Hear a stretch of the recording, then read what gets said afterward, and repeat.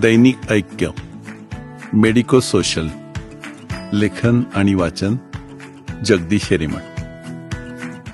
कंटाळ्याचाही मजला कंटाळा येतो. खरं तर कंटाळा या विषयावरचा पहिला विचार म्हणजे हा पॉडकास्टच आला.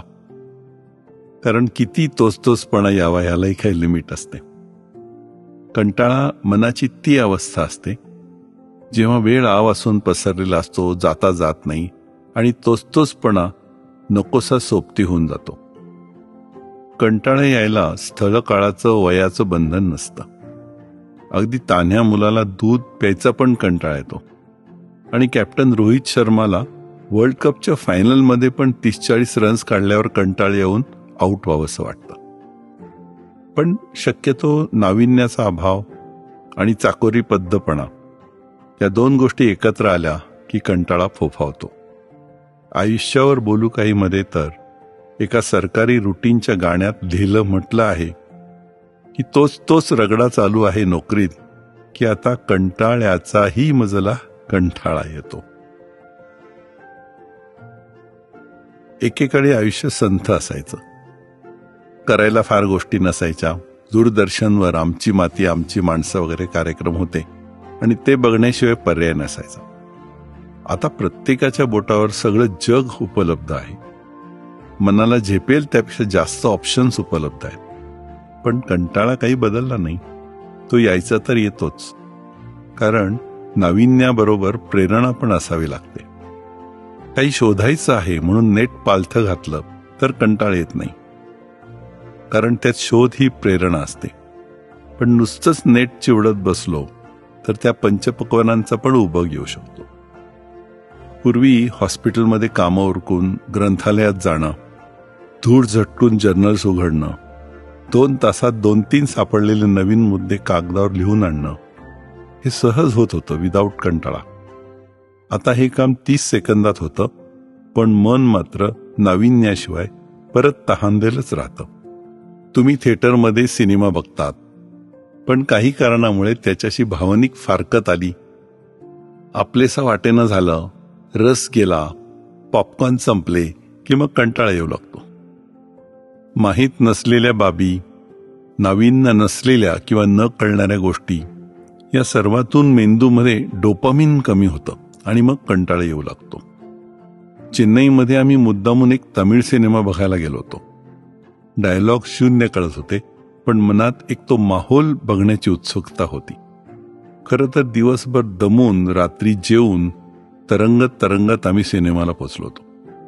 स्टोरी अभावानेच कळत होती, पण दृश्य बघत राहावे असं वाटत. काही वेळेला अख्खं थिएटर दुमदुमून जायचं, नाण्यांचा पाऊस पडायचा. कमाल हसनची ती कमाल फॅनशिप पाहून थक्क झालो. इंटरव्हलला निघू अशा भावनेनी गेलेलो आम्ही पूर्ण सिनेमा पाहून गदगद होऊन हॉटेलवर आलो. कंटाळा येण्याच्या पूर्ण वातावरणात सुद्धा अनोख्या नव्या अनुभवामुळे अक्षरशः रोमांचित होऊन गेलो होतो. मेंदूमध्ये डोपामिनचा जणू पूर आला होता. नाविन्यामुळे, उत्सुकतेमुळे हे डोपामिन स्त्रवतं आणि उत्तेजना राहते. सुखद अनुभव आणि प्रेरणा दोन्ही डोपामिनवर अवलंबून असतात. त्यामुळेच तोचतोचपणा आला की डोपामिन कमी होतं. मग व्यक्ती टीव्ही चॅनल भराभरा बदलत बसते किंवा व्हॉट्सअपवर भरकटत राहते. सारख्या बदलत्या संवेदनांमध्ये आणि उत्तेजनांमध्ये जन्मलेल्या आणि वाढलेल्या तरुणाईला क्षणिक आकर्षणच जवळची वाटतात आणि दशकानुदशके लग्न कशी जिवंत राहतात याचं त्याला कोडं पडायला लागतं. आपण पार्टीला जावं, आपल्याला इंटरेस्ट नाचगाणी वगैरेचा, आणि तिथे सर्व बोलतायत शेअर मार्केटबद्दल. आपलं डोपामिन पडणारच ना. त्यात जर आपल्याला थोडं बरं नसेल, खूप दमणूक झाली असेल तर कंटाळा यायची शक्यता जास्त होते. त्या वातावरणाशी, संवादाशी आणखी जवळीक तुटली की चला निघू, ठेवा खाली ग्लास असा आदेश येतोच. कंटाळ्यावर मात करण्यासाठी आपण ड्रोन ट्रेनिंग घ्यायचं असतं. मनानी ड्रोन सारखं हवेत जायचं आणि आपलंच निरीक्षण करायचं. मग गुंता सुटू शकतो. नाविन्य नाही, प्रेरणा नाही, स्थैर्य नाही, स्वास्थ्य नाही, काहीतरी मिळतंच. कंटाळ्यावर मात करण्याचा एक विचित्र उपाय म्हणजे रियाज. तेच आपण सातत्याने करत राहिलो तर मेंदूचा एक भाग असा तयार होतो.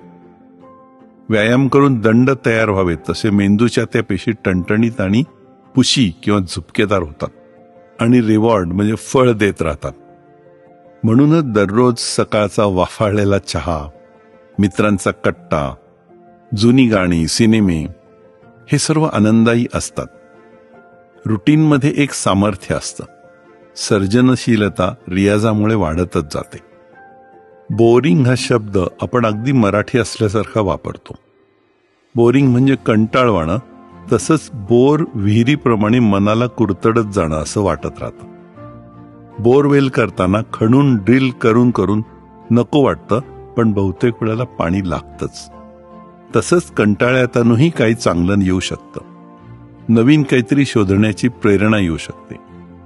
आमच्या एका राईट हँडेड मित्रांनी 65व्या वर्षी सर्व व्यवहार डाव्या हाताने करायला सुरुवात केली आणि दीड वर्ष त्याचं डोपामिन स्त्रवतच राहिलं.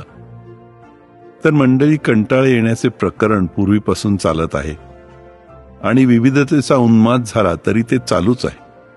स्वतःकडे ड्रोन नजरेतून पाहिलं, काही न करता शांत विचार करून झिरपण्याचं ठरवलं, रुटीनला महत्व दिलं, रियाज केला, बाहेरच्या नाविन्यापेक्षा मनातला सुकून शोधला, तर मेंदूमध्ये डोपामिन नक्की तयार होत राहील.